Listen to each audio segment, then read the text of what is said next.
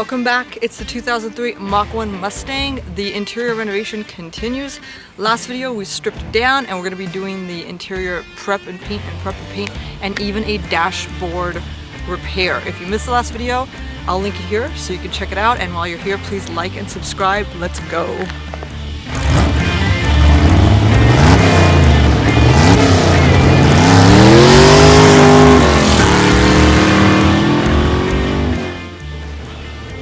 The thing about doing center consoles, like the middle center console, or really any like early 2000s, 90s parts, is like the plastic breaks so easily. It's so brittle. So as I'm removing like the center console, it's fairly easy to remove. You just have to get the parking brake fully erect. And to do that, there's like this little bolt that you undo. So once that's up, you can pull that center console out.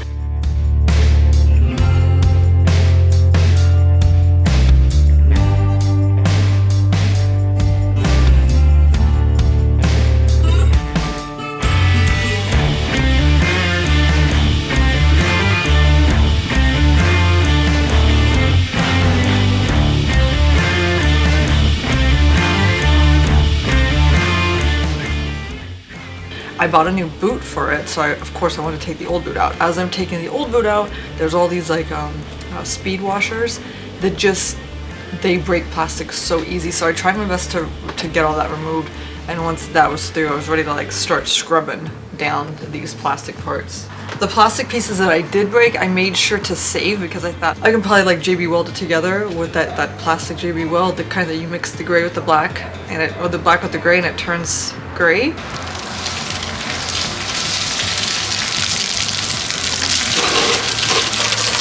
So I did a lot of research on appropriate prep for plastic pieces, and you know, the majority of what I read and what I watched had people just using basic dish soap to wash down the parts. So that's what I did as the initial wash. Just, you know, hose everything down and scrub it with some dish soap.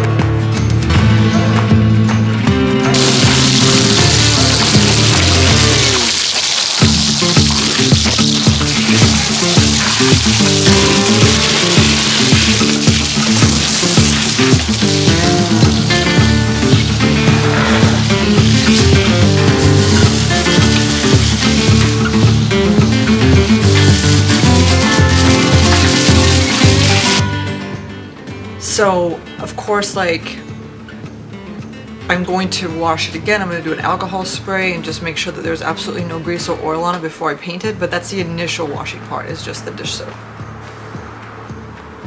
In hindsight, I probably shouldn't have, like, soaked the door panels, because there's the vinyl on them is kind of adhered to like an inner vinyl, so I feel like I jeopardized the integrity of the glue when I did that, but they did come out really clean. And the carpet, if you breathed closely at the carpet on the door, which why would you do that? It smelled like cigarette smoke, and I'm like really allergic to cigarette smoke smell. So I just wanted to get that out so that my car would smell brand new once I put the seats in. So I scrubbed those, you know, very thoroughly. The little badges, I wanted to remove those. I didn't want to tape them off. The thing about those is they have this just like a clip that you bend in. So usually as soon as you bend it out and rebend it, it breaks. And they're actually, these little badges are really expensive. I ended up re-gluing a lot of them using what has become my cheat go-to.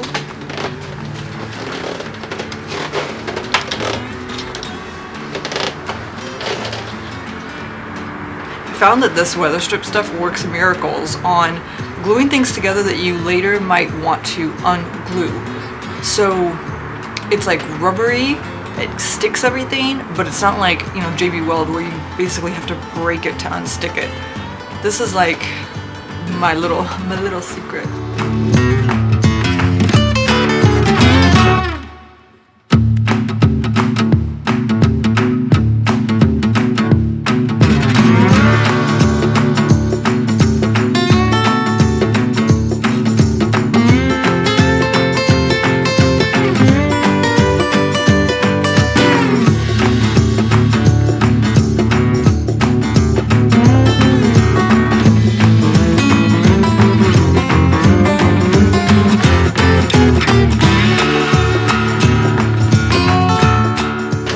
I tried many different paints, and it's because I researched different paints. The one that I didn't end up trying was, I think, called SEM or SEAM, something like that.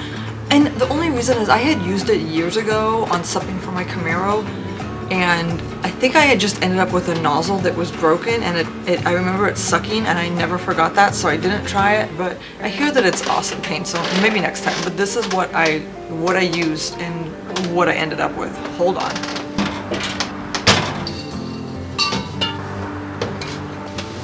Okay, so the first one I used, I found it to be highly, given great reviews on Amazon, and it was a special one for carpet and a special one for rubbers and plastics and vinyls.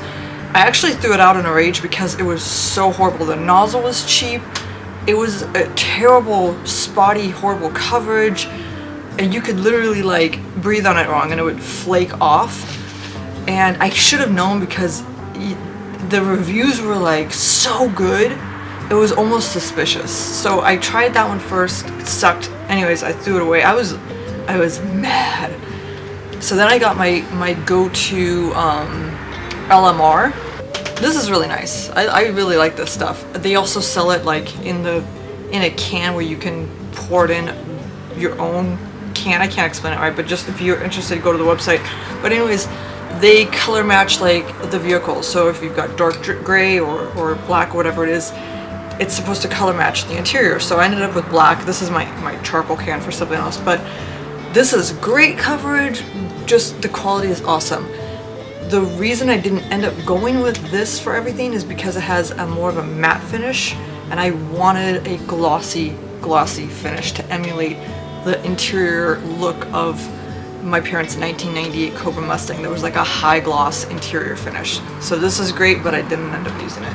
I read actually that Rust-Oleum for metal, plastic, and more was really good. So I used this on, I tested it on some of the parts that weren't really going to be seen, and it wasn't bad. I just felt weird about using Rust-Oleum. So every time I used a different can of paint, I would spray a test and I'd do like a scratch test to see how easy it would come off, and it didn't really withstand how I wanted it to, so I didn't end up using this. I ended up going back to the same spray paint that I had used when I did my interior on my 91 Camaro, and that actually is Duplicolor. This stuff, it's just, I don't know, the nozzle's great, it goes on easy, nice coverage. I mean, obviously the prep is so much of your success, but using the adhesive promoter, it just seemed like it was really getting me that sticky that I needed. Like it was, the paint was adhering to the plastic. It passed the scratch test, and it just, I had used it before on my Camaro, so I searched high and low for something better, and this is what I ended up coming back to. And also, like, your coats, if you're going on and globbing it on, probably a bad idea. I did probably like 13 very light dusting coats. Like the first 3 or 4 were the adhesive promoter, and then I went in with the vinyl and fabric, flexible finish, and yeah, I probably did like 10, 11 coats of this stuff, just very fine.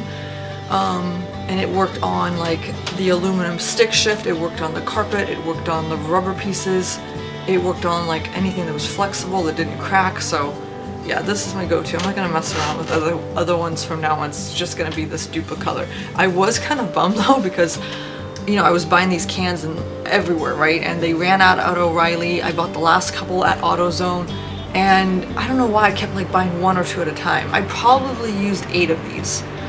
So the last one that I purchased was from another obscure auto parts store in my area, and when I went to shake it, it had no ball, or maybe the ball was stuck. So this one was like, the last can that I bought was defective.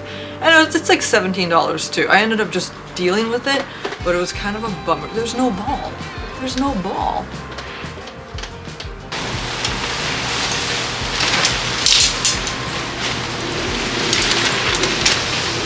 So I decided to purchase a tent for spray painting, and not like some tent booth or anything fancy like that. I can't afford that, but it was like a Wagner medium-sized tent.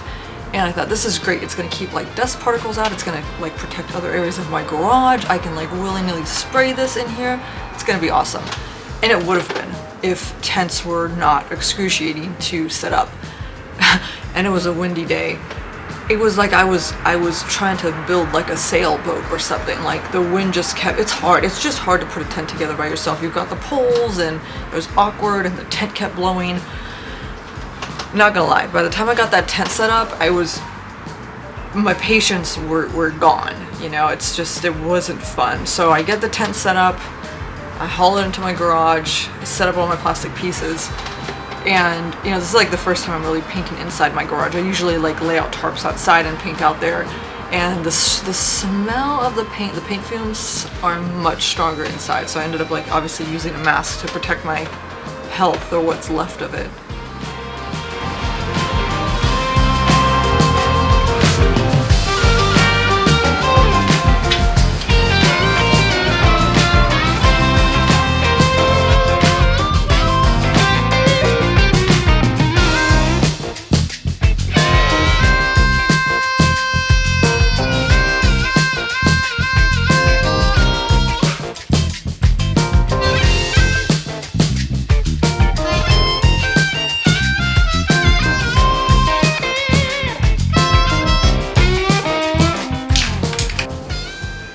You can actually see this is the crappy paint that I first tested. It's that high-tech one.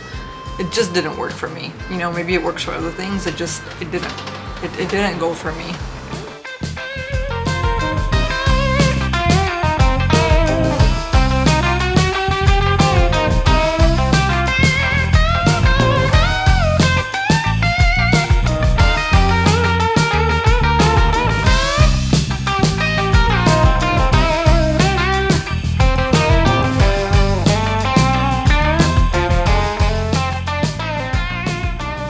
So with like the pieces really in like first, second, third coats of paint, I wanted to start tackling the cracked dash. Now again, like the dashboard has a crack down right in front of the driver's side, and at first I looked into replacing it with a used one.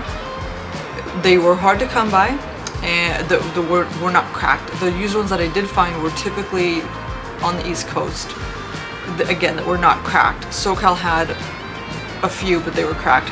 The shipping and handling was like anywhere between $400 to $600. So anyways, worst case scenario, I'm gonna take a stab at repairing it. If it comes out horrendous, I got a couple options, okay? I can then go ahead and find a replacement, spend the money and replace it, or you know, do the best I can and then put a carpet over it. I might just put one of those carpets over it anyways, because after all that work repairing it, I still am in Southern California and it's still hot here. I don't want to see it like re-crack, and if it does re-crack, I don't want to see it, so I'm just gonna put like a little carpet over it and forget it for now. And then, you know, hopefully the car gods will bring upon a new dashboard for me at the right time. So the first filler that I used was just a regular Bondo type filler, just to kind of see how it would be. So it was a test. So that test went okay, and decided it was time to bring in like the real stuff. So it's an actual dash pad filler. I read tons of reviews, watched YouTube videos, and the only thing that kind of tripped me up was it's like you get a golf ball size of the blue and like a pea size of this, and I don't do well with like golf ball size and this and that. I want to know, like, is it a teaspoon, a tablespoon? You know, don't tell me it's a dollop. I don't know what a dollop is, and it didn't make a lot of sense. So the first batch that I mixed, by the time I literally walked it to the car, it was dry. So I had to start over again, and then I re-consulted with the pros from the YouTube.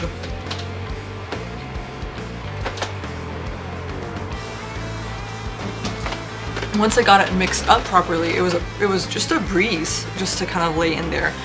I should have put a thinner coat on. I thought it would be easier to sand than it was. So I put a pretty thick coat on. When I went to sand it later, it was very challenging. And also I should have been a little bit more careful when I applied it to this crack near the window. I did get a little bit of it on the window. You can't see it, but I know that it's there, eating me up inside.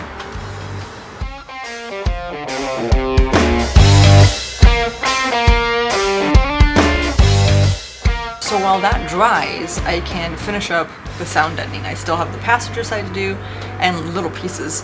And for anyone who commented me on the last video and was like, you didn't finish the sound deadening and you left all these spaces, au contraire, my friends, I did. I do a pretty thorough job of getting sound deadening in all the little empty spaces. Actually, probably a little bit too good, because I ended up accidentally covering some holes that I later needed to like dig out with a pokey device. And it'd be pretty darn boring if I made you guys watch the rolling action. Just know I rolled it. I rolled it all with my rollers.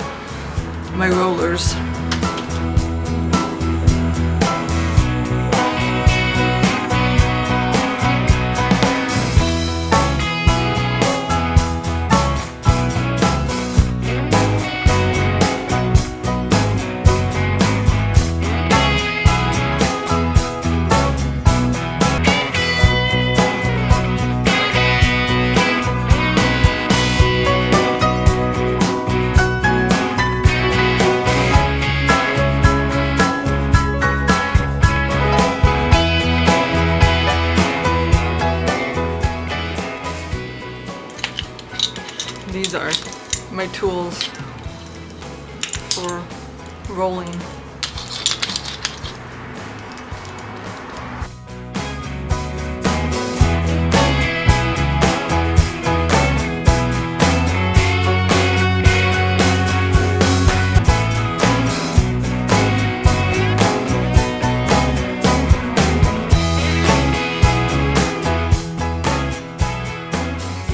The feeling of satisfaction once you get like all that sound in now and you're not looking at like random raw pieces of metal, it felt brand new inside.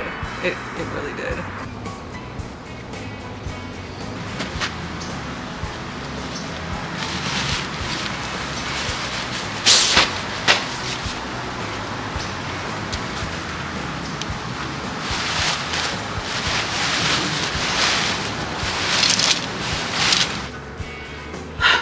So back to painting. So I've got the sound deadening done, I've got the dashboard filler kind of like, you know, curing, and it's time for another coat. So I go to set up my tent, and I get that thing out there and the wind starts blowing it, and I'm like, oh no, nope, not doing this again. So I went back to the old ways of how I do things, which is just laying out some tarp, making sure that I'm not painting on any fences or anything like that, and, you know, taking precaution and getting it done outside.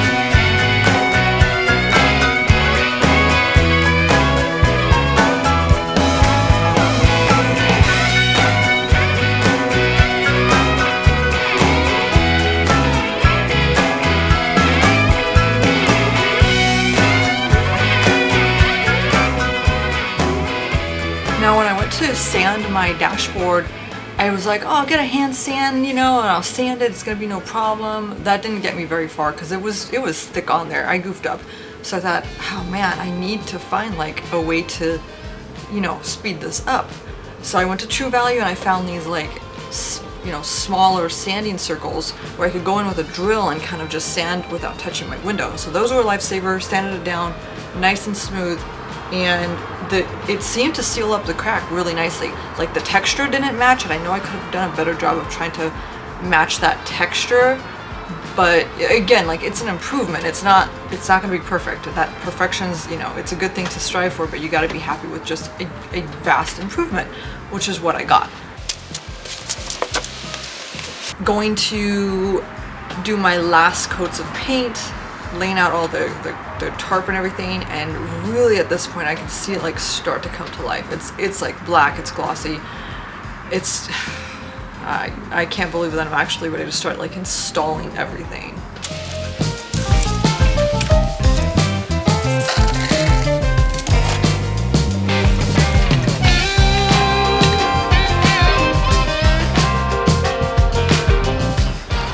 And this is the winner. Out of all the spray paints that I tried personally, the same one that I used for my Camaro with the adhesive promoter, and this worked the best. Even though I cleaned and prepped it really well, I still found using an adhesive promoter helped.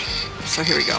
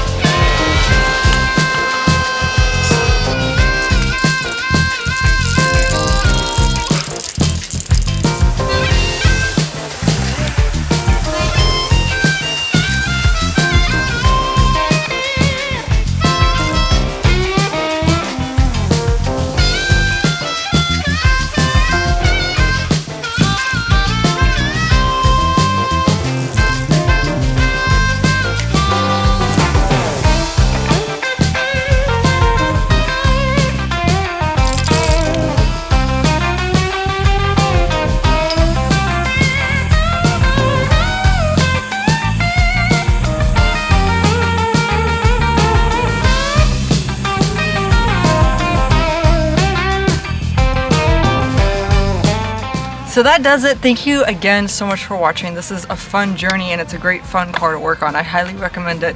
I love my New Edge Mustang so much, and I can't help but fantasize about buying another one. But it would be a 1998 Black Cobra Mustang convertible, as I've said 1,000 times, and I'll say 1,000 more times until I get one.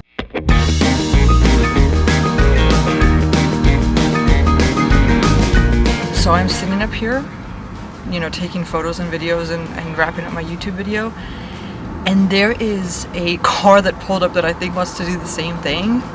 It's like it looks like an '89 Corvette, and it looks like my Corvette. I want to talk to this person so bad and wave him over, but I don't want to look like a freak. But let's take a look.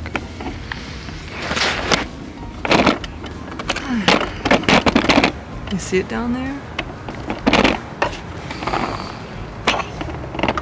Oh, why won't you come over here and play with me? I just want to take a video. This is so sweet! Man, how many miles? So I go to roll down my window to talk to this guy, and he's a child. Like he's very young. Maybe, I don't know, 18, 19, 20, 12, 11, 7, I don't know. But he was there to pick up his little brother from the high school. How sweet was that? So he bought this car in the Valley. 56,000 miles on it, automatic. It's a 1994, and he says he bought it for 11 grand. The only thing he's done to it is an intake. It was pretty neat to see a young buckaroo with a cool car. I think that was pretty cool. I wonder if his parents bought it for him. So what if they did? I wish my parents would have bought me a 1994 Corvette. I barely got a quick video of him because I didn't want to like act like a weirdo and freak him out. So I was just like, okay, take a photo of your car. Promise I'm not gonna put you in a van. There's no ball. There's no ball.